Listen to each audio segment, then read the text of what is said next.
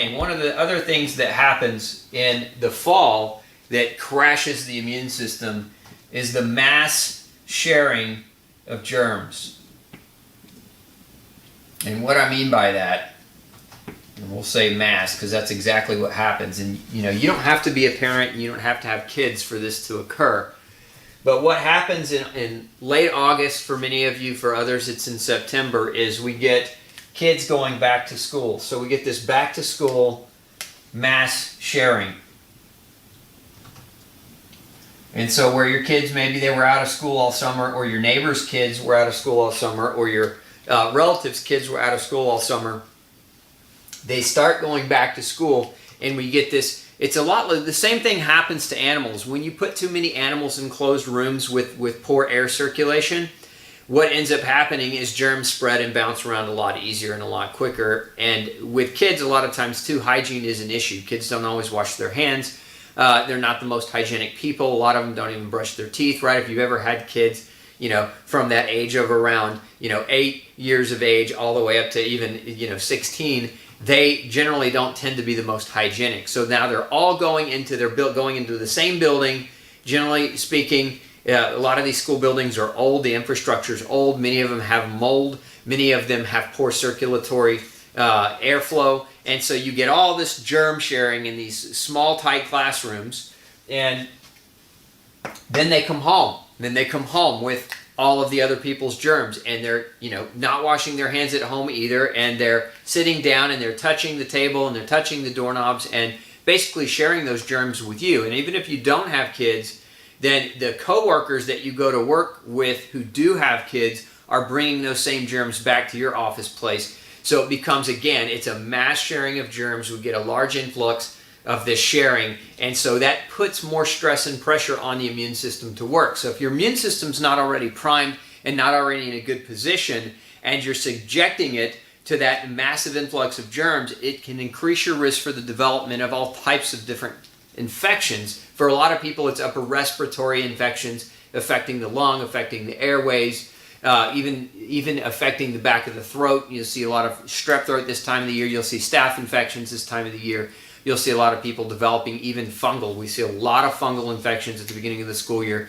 One of the reasons why in our area, very humid, and when kids go back to school, a lot of our schools, the older the buildings, the greater the possibility that there's mold actually in the building. We've actually had a number of demolitions in the greater Houston area because of mold toxicity, and many more schools are on the list to be torn down, but are not being torn down fast enough. And so kids are going into these mold-infested buildings already with potential for chronic immune compromise, and then they're being exposed to that thing, and then they're getting sick, and they're bringing that home with them, and they're creating the environment for illness. So the mass sharing of germs is a very, very big part of what can happen during this time.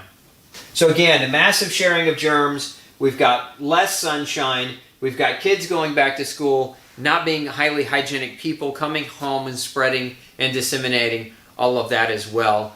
And then we have the other part. This is part 3 of tonight's conversation that I wanted to dive into, and that has to do with, do we have number 2 here? Yeah, number 2, here we go. Number 3, which is stress. And this one has a lot to do as well with the mass sharing of germs, because when the fall comes, a lot of people, they're dealing with going back to school, and this can work 2 different ways. We have the stress of getting ready to go back to school. And so if you have ever had kids going back to school and been the parent having to go to the store and fight the crowds and all that for the school supplies, the stress of getting your kid ready to go back to school can also play on the immune system. Now, you can't really prevent this part unless you're just doing all of your school shopping and just buying it online. Some schools put together big packets of things where you can buy all the school supplies in one shot and not have to go to all these different stores and find that they're out of this one but not out of that one, and then you're bouncing around from place to place trying to make this happen. But getting back into a rhythm or getting back into a groove, because when kids go back to school, everyone who was at home during the summer, the lives change, right? Your schedule changes, how you drive, where you drive, the times that you drive to an extent will start to change, and the stress of all that change can be just one more thing. It's not that it's the overwhelming part of this. I would say the bigger part of this really is the massive spread of germs and the lack of sunshine. But this is just one more fuel that we can add to the fire. One more thing that we can add to the proverbial back of the straw on the camel, right? And that can lead to, you add enough of this stuff in, and that can lead to immune failure or immune breach. And when you have immune breach, of course, you run the risk for upper respiratory infections, which is what most commonly happens around this time of the year. Either sinus infections that happen through the nose, or upper respiratory infections, and sometimes they can even get in the lung and create, the greater risk for pneumonia. Now, I'm gonna mention one other thing, at the sake for those of you who've ever had autoimmune disease, because one of the other things that happens during this time of the year, really, that I think should bear mentioning, are vaccines. And again, this relates to school as well. It also relates to many people who work in hospital-based environments where they're being told to get the cold and the flu shot. Vaccines happens during this time of the year. A lot of kids are going to the doctor in August, right before school starts, to get caught up on vaccines. And a lot of that depends on the state that you're in, what the government is mandating in that state in terms of public school and vaccinations, or private schools and vaccinations.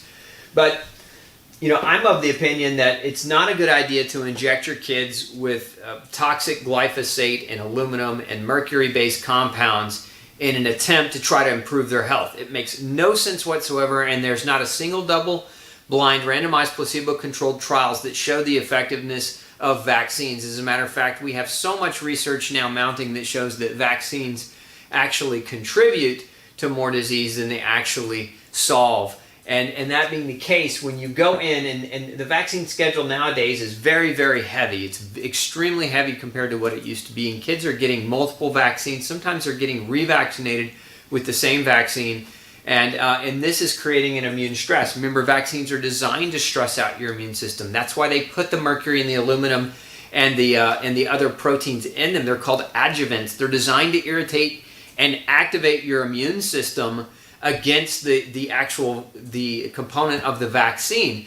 So taking those things, it's just another one of those issues where you add this stress, now you add that stress, you're not outside as much, and you're not sleeping as well, and you're sharing all the germs. It really sets the stage and creates a perfect opportunity for a major immune failure. And that's why we're talking about the fall of the immune system, because all of this happens within the time frame, generally speaking, of around August through mid-October. And then when we couple that with the winter, what comes next is Thanksgiving.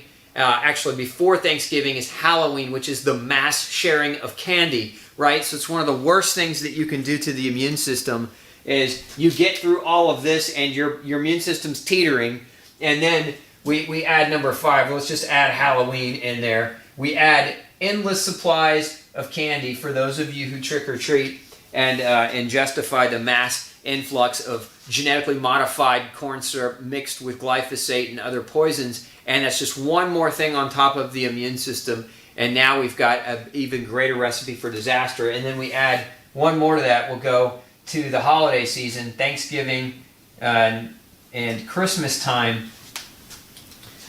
What happens is families get together, right? So you've got all these people going through all these things. The immune systems are teetering, and now we decide we're all going to get together and share all of our germs together even more in close quarters, and that's what can happen during the holidays. So this is where a lot of people, again, this coincides with cold and flu season. Now, does that mean don't get together with your family and celebrate and have a good time? No, that's not what I'm saying. That's not the intent here. The intent is to say, look, how can we back up? How can we protect ourselves from these potential points where we can have a dent in our immune armor? And there are several things along the way that can be done. And one of the most important things, in my opinion, is to monitor your vitamin D status. And it's a simple blood test, 25-dihydroxy-D, or vitamin D, 25-OHD. You can ask your doctor to run that blood test. And what you're really looking for, especially if you're going into the school year, you want your level between 70 and 100, ideally. And a lot of people, what we'll see is their level is 30 or less, and they're poised for immunocompromisation. So you can have your doctor monitor that. It's an easy thing to do. One of the other things that you can do, let's just say you're not going to go visit a doctor, you don't want to visit a doctor, is you can do something called vitamin D therapy. And we can get a link up to vitamin D therapy, I think, as well. You can also find, there are several articles. You go to drpeterosborne.com or glutenfreesociety.org and type in vitamin D therapy.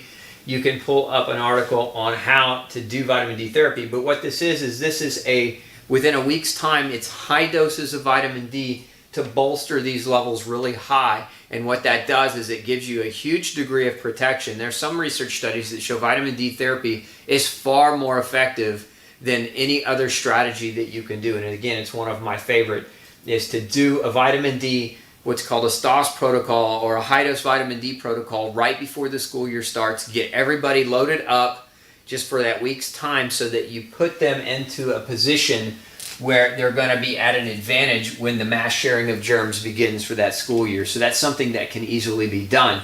Now, one of my other favorite things to do during this time of the year is vitamin C. And for kids, depending on their weight, anywhere from 2 to adults up to 5 grams a day. Now, vitamin C is very safe, and between 2 and 5 grams a day is extremely safe. So there's really no worries there. The biggest risk with vitamin C is if you take too much, you'll have loose bowels and potentially diarrhea. So you always know if you're overdosing on vitamin C because it will cause gastric distress and potentially lead to loose bowels. So if you're taking 6 grams or 5 grams, for example, and you're having loose bowels, you can back that down to 4 grams and then 3 grams and until you get a level that is appropriate. But higher doses of vitamin C helps. It's a fuel for immune cells. So it actually helps fuel immune cells. It helps them to do their job better. It helps them to recognize what they should be attacking better.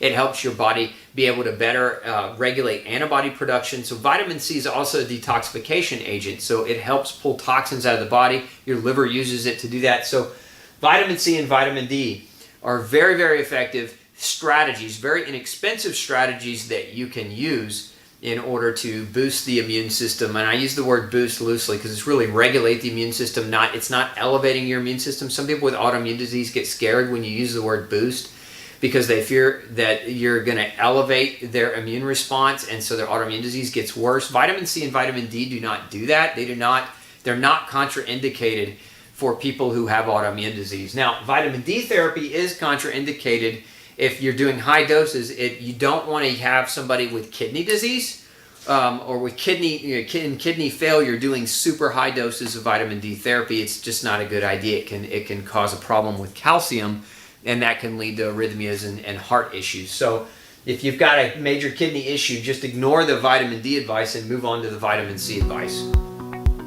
Hey, and if you missed the earlier part of this series, click right here so you can go back and get caught up. The information there might be critical to helping you on your path to better health. And as always, thanks for tuning in. Make sure you subscribe for updates below. Have a great day.